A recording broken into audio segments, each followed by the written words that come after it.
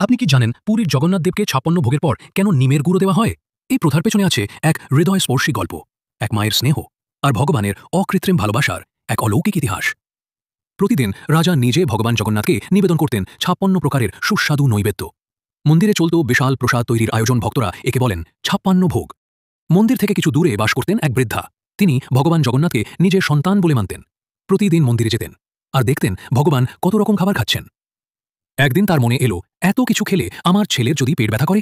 এক মায়ের স্নেহের মতো চিন্তা। তিনি ভগবানের জন্য তৈরি করলেন নিমের গুঁড়ো, যা পেটের ওষুধ হিসেবে কাজ করে।